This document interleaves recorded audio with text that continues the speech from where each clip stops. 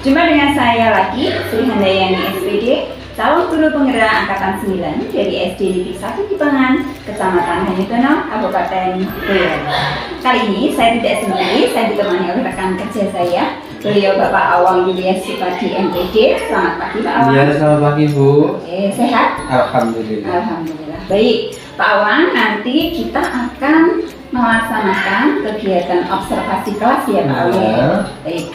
Nanti sebelum saya melakukan kegiatan observasi, sebelum saya mengamati ke kelas Pak Awang nanti, kita lakukan kegiatan pra-observasi dulu. Iya. Jadi dari kegiatan pra-observasi ini diharapkan nanti Pak Awang akan lebih siap lagi, lebih percaya diri sehingga bisa menghadirkan pembelajaran yang terbaik untuknya. Iya. Gitu Pak Awang. Iya. Nah, adapun tujuan dari kegiatan supervisi nanti ini adalah untuk mengevaluasi jalannya pembelajaran yang sudah Pak Awang lakukan. Iya. Oke, sekarang kita mulai ya Pak Awang ya. Ada beberapa pertanyaan di sini yang ingin saya ajukan. Untuk yang pertama, tujuan pembelajaran apa yang nanti ingin Pak Awang capai dalam kegiatan pembelajaran nanti? Oke, untuk tujuan pembelajaran yang akan saya capai adalah siswa dapat mengkomunikasikan makna iman kepada Rasul Allah. Itu yang pertama. Yang kedua, siswa dapat menganalisis sifat wajib bagi Rasul. Yang ketiga, siswa dapat menganalisis sifat mustahil bagi Rasul. Dan yang keempat adalah siswa dapat mengkomunikasikan tujuan diutusnya Rasul Allah ke dunia. Baik, berarti nanti akan ada 4 tujuan pembelajaran. Iya. Yang tadi sudah Pak Awang sampaikan tadi. Iya. Berikutnya nanti area pengembangan yang hendak dicapai itu apa saja? Kalau untuk area pengembangan yang tidak dicapai, yang pertama ada area pengetahuan. Murid mampu memahami tentang iman kepada Rasul, sifat wajib dan sifat mustahil kepada Rasul, serta diutusnya Rasul itu ke dunia. Terus yang kedua, area keterampilan. Murid menunjukkan sikap atau perilaku sehari-hari yang mencerminkan keimanan kepada Rasul Allah. Terus murid dapat mengkomunikasikan tujuan diutusnya Rasul Allah itu di dunia dan dapat mempresentasikan di depan kelas. Oke, baik. Jadi nanti area pengembangannya ada 2, Iya. baik itu sikap maupun keterampilan. Iya. Oke, bagus sekali. Terkait strategi yang sudah Pak Awang siapkan untuk kegiatan pembelajaran besok, apa saja Pak? Nah, untuk strategi yang saya siapkan, di sini saya akan menerapkan pembelajaran berdiferensiasi berdasarkan kesiapan belajar siswa yang diintegrasikan dengan pembelajaran sosial emosional. Terus yang kedua, saya akan melakukan pembagian kelompok sesuai dengan kemampuan, keterampilan, dan keaktifan murid itu sendiri. Yang ketiga, saya akan menggunakan metode pembelajaran problem based learning atau PBL. Terus yang terakhir, untuk metodenya saya menggunakan diskusi kelompok, tanya jawab, dan juga penugasan. Oke, baik, bagus sekali. Jadi nanti strategi pembelajaran yang sudah Pak Awang siapkan nanti antara lain menggunakan model pembelajaran problem based learning, kemudian dengan pendekatan pembelajaran berdiferensiasi yang terintegrasi dengan pembelajaran sosio emosional, kemudian dengan metode diskusi, bagian kelompok, dan juga penugasan. Iya, benar sekali. Iya, bagus sekali Pak Awang. Nah, sebelum nanti kegiatan pembelajaran dimulai, Pak Awang sudah mempersiapkan media pembelajarannya? Oh, sudah. Oke, apa saja itu? Untuk media pembelajaran di situ saya menggunakan video, PowerPoint, dan LKPD. Baik, medianya juga sudah siap. Nanti ada video, kemudian ada juga PowerPoint, dan juga ada LKPD. Oke, sudah lengkap sekali berarti Pak Awang. Nah, ini kira-kira nanti kapan kegiatannya akan dilaksanakan? Untuk kegiatan ini saya jadwalkan besok hari Jumat di kelas 4 jam 1 siang. Baik, hari Jumat di kelas 4. Iya. Nanti untuk mata pelajaran PAI ya Pak Iya. Awang ya. Nanti saya akan masuk ke kelas Pak Awang. Iya, Saya iya. akan mengamati jalannya pembelajaran Iya. yang Pak Awang lakukan. Kemudian nanti Pak Awan setelah kegiatan observasi nanti kita lakukan, nanti kita akan melakukan percakapan pasca observasi ya Pak Awan Iya. ya. Oke, baik.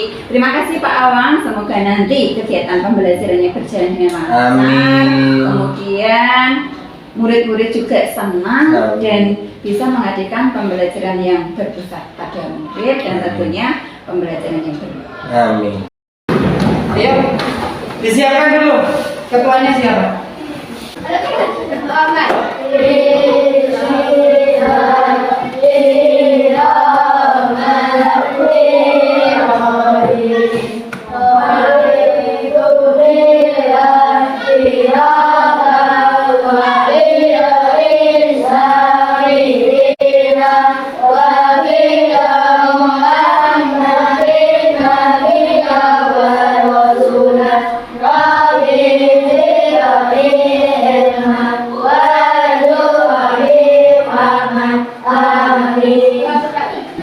Assalamualaikum warahmatullahi wabarakatuh.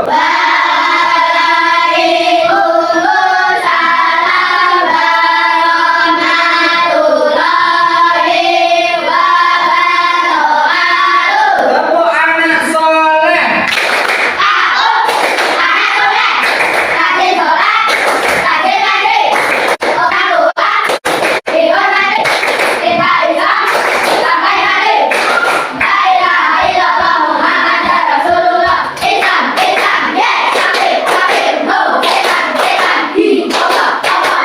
Nah, selamat pagi anak-anak.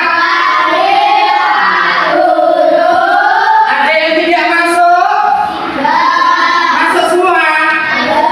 Alhamdulillahirabbil alamin, luar biasa.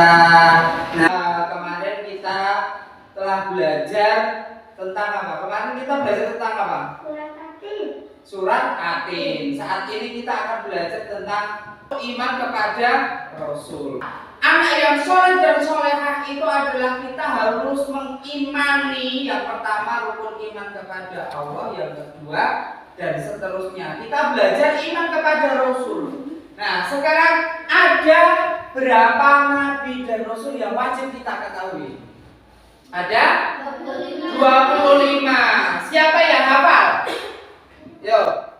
Adam, Idris, Nuh, Hud, Saleh, Ibrahim, Lut, Ismail, Ishak, Yakub, Yusuf, Ayub, Shu'aib, Musa, Harun, Iblis, Daud, Sulaiman, Ilyas, Ilyasa, Yunus, Zakaria, Yahya, Isa, wal Aqimul, Fatimul, Anbiya, Muhammad, Al-Mustafa. Nah, tepuk tangan buat Mas Ilya.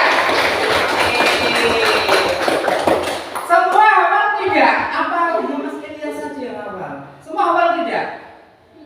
Kalau tidak hafal kita belajar menghafalkan lewat lagu. Nah, Adam, Idris, Nuh, Hud, Saleh, Ibrahim, Lut, Ismail, Ishak, Yakub, Yusuf, Ayub, Shu'aib, Musa, Harun, Zulkifli, Daud, Sulaiman, Ilyas, Ilyasa, Yunus, Zakaria, Yahya, wal akhirul khatimul anbiya, Muhammad al-Mustafa. Nabi yang pertama itu siapa? Nabi Adam alaihissalam. Terus Nabi yang kedua Idris dan seterusnya hingga berakhir wal akhiratul khatimul anbiya adalah Muhammad al-Mustafa atau Muhammad sallallahu alaihi wasallam. Tidak ada nabi selain beliau. Tidak ada nabi selain Nabi Adam sampai Nabi Muhammad. Nabi Muhammad adalah nabi akhir zaman. Nabi kita semua, nabi umat Islam. Yang mana kita nantikan syafaatnya di dunia dan di akhirat. Allahumma amin. Nah, sekarang kita belajar terkait dengan apa itu rukun iman. Nah, rukun iman itu sendiri ada 6. Iman kepada Allah, iman kepada malaikat, iman kepada kitab suci, iman kepada Rasul, iman kepada hari kiamat, dan yang terakhir iman kepada qada dan qadar. Saat ini kita akan belajar dan kita akan membahas rukun iman yang keempat, yaitu iman kepada Rasul. Iman kepada Rasul adalah merupakan rukun iman yang wajib kita ketahui atau yang wajib kita imani. Sebagai umat Islam, kalau kita tidak beriman, kalau kita tidak mengetahui apa dasar dan fondasi dari Islam itu sendiri, berarti kita harus lebih banyak belajar. Yang pertama, iman kepada Allah. Setelah mempelajari iman kepada Allah, mengatakan qul huwallahu ahad au lam yalid wa lam yulad wa lam yakul lahu kufuwan ahad. Qul huwallahu ahad. Allah itu satu dan tidak diperanakkan atau tidak beranak. Itu adalah rukun iman yang pertama sebagai umat Islam yang harus kita yakini dan kita imani. Nah, terus selanjutnya rukun iman kepada kitab suci, iman kepada malaikat, dan saat ini iman kepada Rasul. Rasul di sini Nabi dan Rasul merupakan orang-orang pilihan Allah Subhanahu wa taala untuk menyampaikan wahyu. Wahyu dari siapa? Wahyu dari siapa? Wahyu dari Allah. Dari Allah. Wahyu dari Allah itu berupa apa? Kitab suci atau sholat.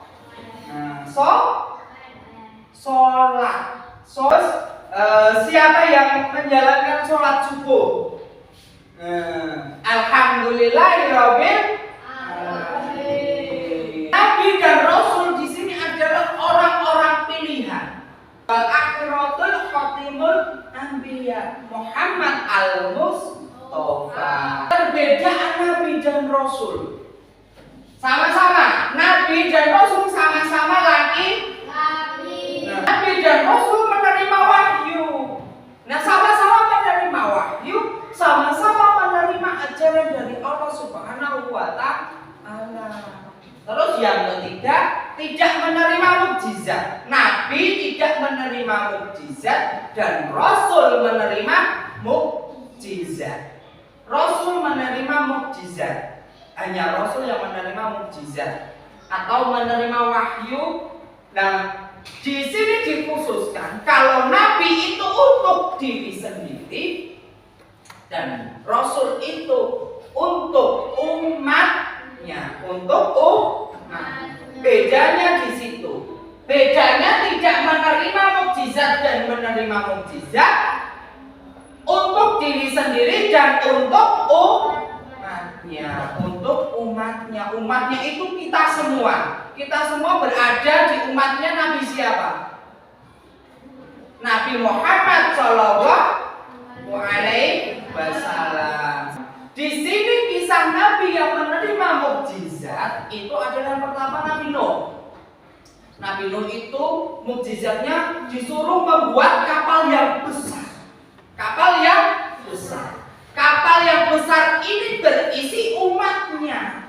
Nah, di situ turun hujan selama 40 hari 40 malam hingga akhirnya menenggelamkan dunia dan sekitarnya. Terus hanya sisa Nabi Nuh dan umatnya beserta hewan-hewan yang masuk ke dalam kapal. Nah, diperhatikan nanti tugas Pak Guru suruh merangkum, jadi harus memperhatikan. Terus Nabi Musa alaihissalam. Nabi Musa alaihissalam di situ rajanya Raja Fir'aun. Nabi Musa itu rajanya Fir'aun. Di situ Nabi Musa menerima mukjizat tongkatnya. Kamu tahu tongkat? Nah, tongkat itu bisa berubah menjadi ular, dan tongkat itu bisa membelah lautan. Nah, di situ adalah mukjizat Nabi Musa alaihissalam. Terus mukjizat Nabi Ibrahim alaihissalam apa? Mukjizat Nabi Ibrahim alaihissalam, kalau rajanya Nabi Ibrahim itu raja siapa? Namrud. Raja Namrud.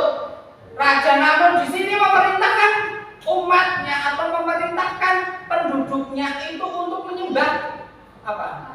Patung atau menyembah berhala. Di situ Nabi Ibrahim menghancurkan semua patung hingga akhirnya terus dihukum oleh Raja Namrud dibakar di dalam api atau api unggun. Nah, api unggun kayak buat pramuka itu loh, dibakar di situ. Terus Nabi Ibrahim meminta pertolongan kepada Allah. Kalau memang aku benar, berarti selamatkan aku. Kalau memang aku salah, berarti ampunilah aku. Itu adalah doa dari Nabi Ibrahim. Hingga akhirnya Nabi Ibrahim selamat dari api.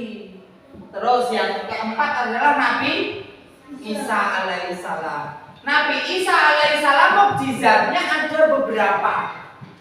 Yang pertama itu bisa berbicara ketika bayi.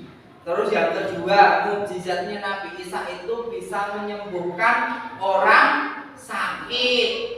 Yang ketiga, Nabi Isa itu bisa menyembuhkan orang yang buta. Itu adalah mukjizat Nabi Isa alaihissalam. Mukjizat Nabi Isa alaihissalam. Terus mukjizat Nabi Muhammad SAW itu juga ada beberapa. Kalau yang lainnya tadi kan cuma satu-satu. Nabi Isa itu ada 3 mukjizat. Terus Nabi Muhammad itu juga ada beberapa mukjizat. Di sini ada tugas kelompok. Yang pertama, tugas kelompok di situ menceritakan kisah Nabi yang menerima mukjizat. Satu saja, satu kelompok, satu Nabi. Dan terus sebutkan 5 Nabi yang menerima mukjizat tadi. Satu kelompok, satu Nabi.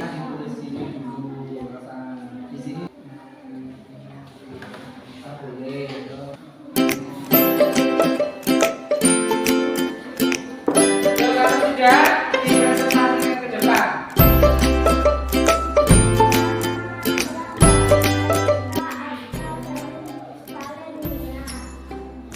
Satu, ceritakan salah satu kisah Nabi yang menerima mukjizat dari Allah. Nabi Muhammad membelah dia menjadi 2.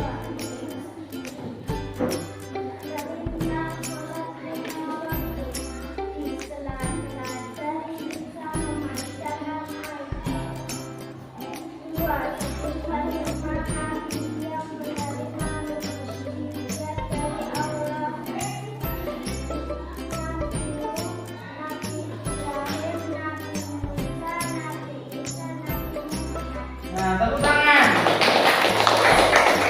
Kelompok selanjutnya.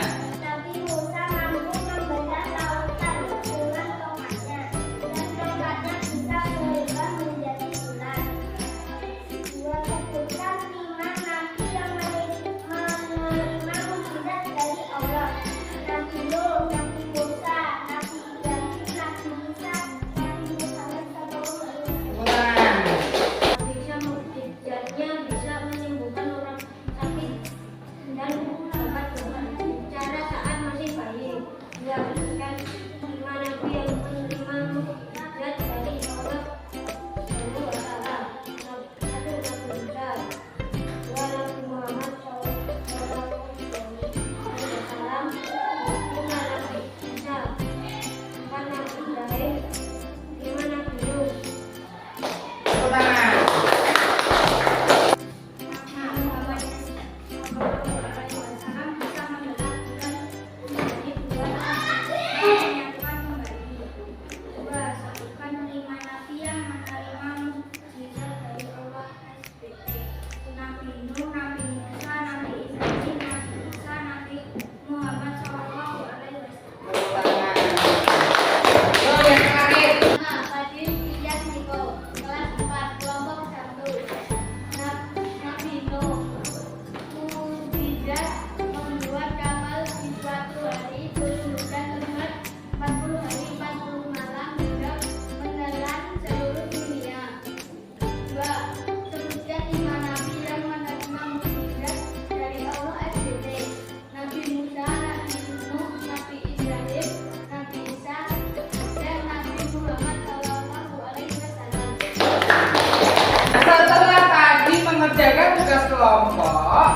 Tugas individunya adalah menceritakan pengalamanmu ketika mengamalkan sifat wajib bagi Rasul dalam kehidupan sehari-hari di lingkungan sekitar. Namanya saja.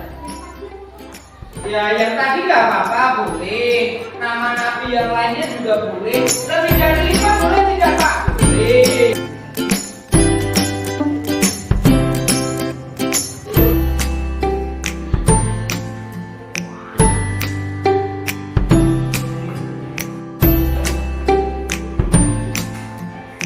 Kita sudah selesai mempelajari apa itu iman kepada Rasul dan sifat wajib kepada Rasul dan sifat mustahil kepada Rasul. Nah, terus ada satu sifat, yaitu sifat jaiz, bahwa Rasul atau Nabi itu juga makan dan tidur, juga sakit. Nah, terus kita akan bertemu lagi di minggu depan dengan materi selanjutnya atau tujuan pembelajaran selanjutnya. Kita akhiri pertemuan hari ini dengan membaca doa bersama-sama. Ayo kita berdoa dulu.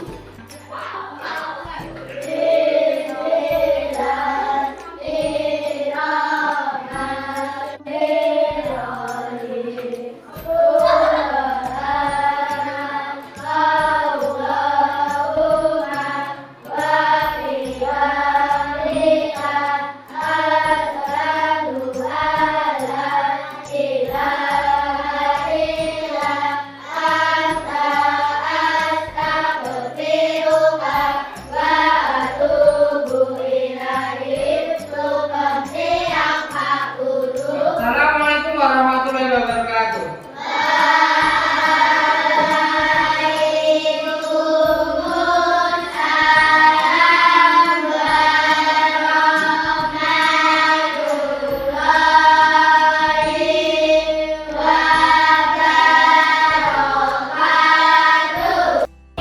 Bismillahirrahmanirrahim. Assalamualaikum warahmatullahi wabarakatuh.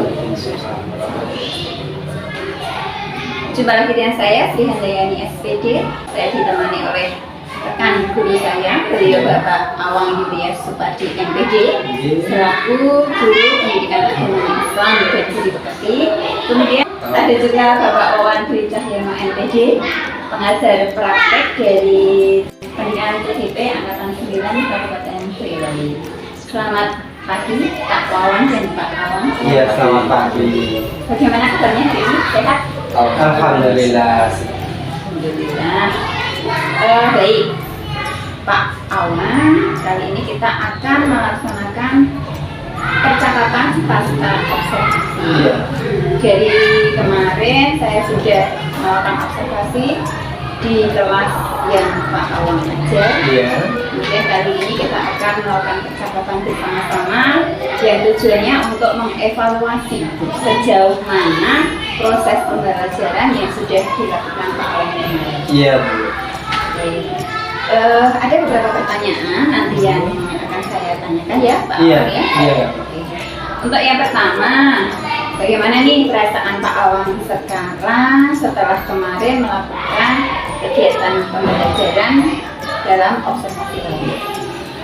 Kalau untuk perasaan saya pribadi, pertama sedikit nervous, canggung, kurang improve dalam pembawaan materi baik per kondisi yang kelas, tapi seiring berjalannya waktu dan karena menit ganti menit ternyata terbiasa bahwa media itu sangat menyenangkan, jadi enjoy.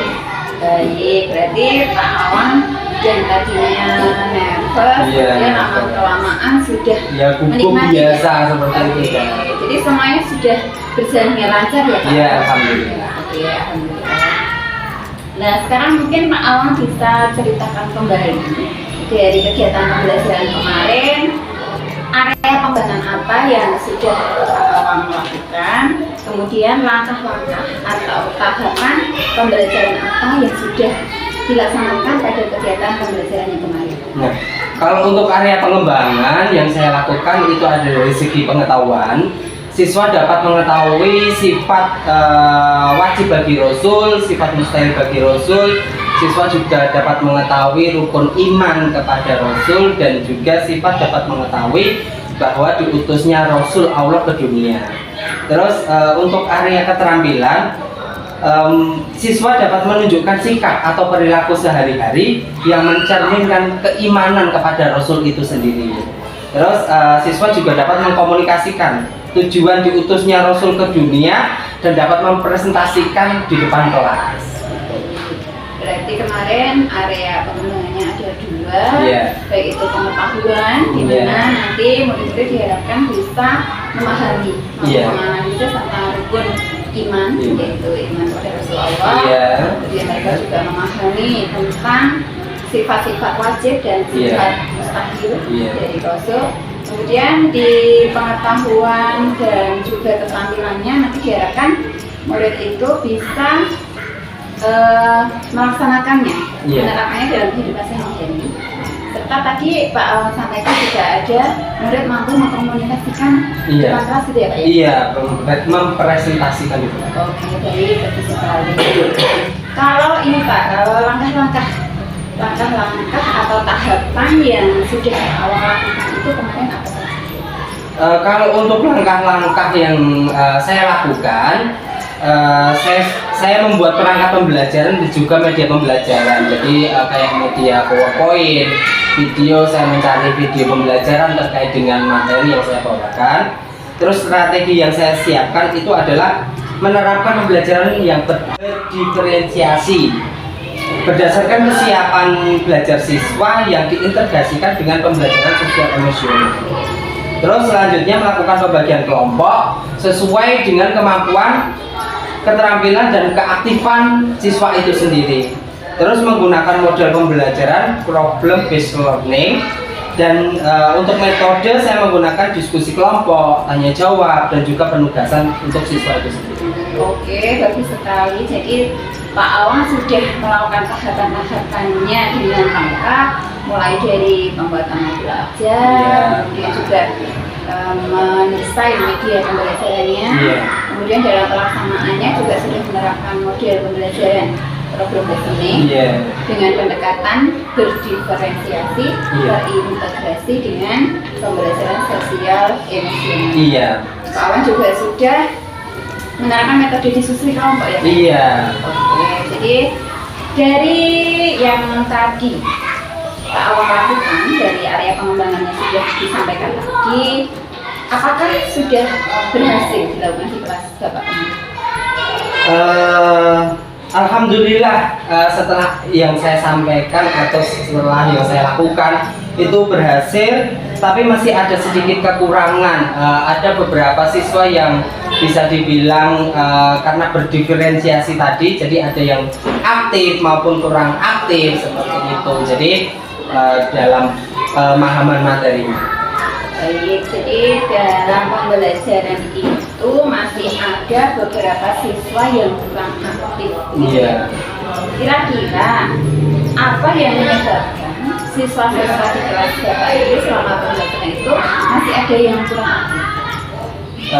Yang menyebabkan ketidakaktifan atau kurang aktifnya dari siswa itu sendiri adalah karena mungkin canggung juga dia dengan teman kelompok, mau bicara mungkin tidak bisa membawakan atau pengucapan materinya merasa kesulitan. Jadi maksudnya anak itu paham tapi mau mengungkapkan dengan sebuah kata-kata itu cukup sulit. Baik, jadi kenapa anak itu kurang aktif? Ternyata banyak penyebabnya. Ya malu juga. Ya malu atau belum tahu bagaimana cara menyampaikannya, atau mungkin mereka belum punya pengalaman. Oke, nah kira-kira menurut Bapak nanti rencana pembelajaran ke depannya yang akan Pak Awan lakukan untuk mengatasi kekurangan itu, yaitu tadi ada beberapa anak yang kurang aktif, nanti Pak Awan akan merancang pembelajarannya seperti apa? Nah, saya akan merencanakan pembelajaran sesuai dengan minat kenyamanan anak dan juga gaya belajar yang saya sampaikan. Karena kan ada gaya belajar yang audiotori dan visual seperti itu, dan harapan-harapan anak yang bisa lebih terlibat aktif dalam berdiskusi, bisa memberi pembelajaran atau mengajak teman yang kurang atau pasif dalam berdiskusi, bisa dibilang diajari gitu. Oke, berarti nanti kedepannya Pak Awang akan memetakan anak itu sesuai dengan gaya belajarnya. Iya. Apa itu? Auditory, kinestetik, atau visual. Iya. Gitu ya Pak ya. Iya benar. Berarti juga melibatkan anak agar mereka aktif dalam diskusi dengan diajari oleh teman yang lain. Iya. Begitu Pak? Iya benar Sekali. Nah, kira-kira kapan nih Pak Awang akan melakukan perubahan yang sudah Pak Awang rencanakan tadi? Perencanaan yang akan saya lakukan adalah sekitar bulan ini, untuk tanggal dan waktunya sesuai dengan jam pembelajaran. Oke, baik, bagus sekali Pak Awang. Tadi Pak Awang sudah menindaklanjuti ya Iya. depannya untuk memperbaiki kekurangan itu seperti apa, sudah Pak Awang rencanakan dengan baik. Semoga nanti apa yang sudah Pak Awang rencanakan ini bisa terrealisasi sesuai dengan yang Pak Awang harapkan, bisa memberikan pembelajaran yang terbaik yang terbesar pada diri. Amin. Nah, dari pembicaraan kita kali ini Pak Awang, apa yang Pak Awang perlu? Saya mendapatkan banyak ilmu baru dalam proses pengkondisian kelas, dalam proses penyampaian materi, bahwa tidak semua anak itu sama. Ada beberapa anak, saya kurang seperti ini, masih kaku, masih belum bisa percaya diri, dan itu adalah tantangan buat saya bagaimana menunjukkan bahwa anak itu bisa mempresentasikan diri baik di depan kelas maupun di lingkungan orang lain. Jadi dari pembelajaran, dari perbincangan kita hari ini, Pak Awang banyak menerima pengalaman dan istilahnya ilmu yang baru ya Pak. Iya. Dan itu bisa Pak Awang terapkan dalam pembelajaran untuk memperbaiki kekurangan yang terjadi saat pembelajaran. Iya. Baik. Terima kasih sekali tadi Pak Awang. Iya, sama-sama Bu. Sukses buat kedepannya. Amin. Tetap semangat. Iya. Kita wujudkan pembelajaran yang terbaik. Iya. Amin. Untuk selanjutnya saya persilahkan Pak Wali Cahaya MPC untuk memberikan tanggapan terkait dengan jalannya kegiatan observasi dan pasca observasi yang sudah saya lakukan dengan Pak Awang Ilyas. Monggo Pak Awang. Terima kasih Bu Dian yang sudah tadi coaching dengan Pak Awang sudah melakukan coaching dengan baik dari awal sampai akhir begitu. Kami di sini hanya menyaksikan, kemudian sesuai dengan instrumen kami menuliskan apa adanya sesuai instrumen gitu. Jadi juga dari Pak Awan sudah menemukan sendiri jawabannya, kemudian juga tadi solusi yang dipermasalahkan, kemudian juga sudah melakukan yang dari kemudian observasi sampai pasca, dan pasca di sini ada refleksi perbaikan alam. Ini sudah saya apresiasi kepada Bu Yani sudah melaksanakan tugasnya, dan nanti kita lanjuti pada setelah ini di akhir pendampingan. Mungkin itu dulu. Mungkin terima kasih. Selamat untuk Pak Awan juga. Terima kasih Pak. Pengalaman baru. Terima kasih. Sekali lagi terima kasih kepada Bapak Wawani Cahaya selaku pengajar praktek, dan juga kepada Bapak Wawani tadi yang sudah diobservasi. Iya, terima kasih.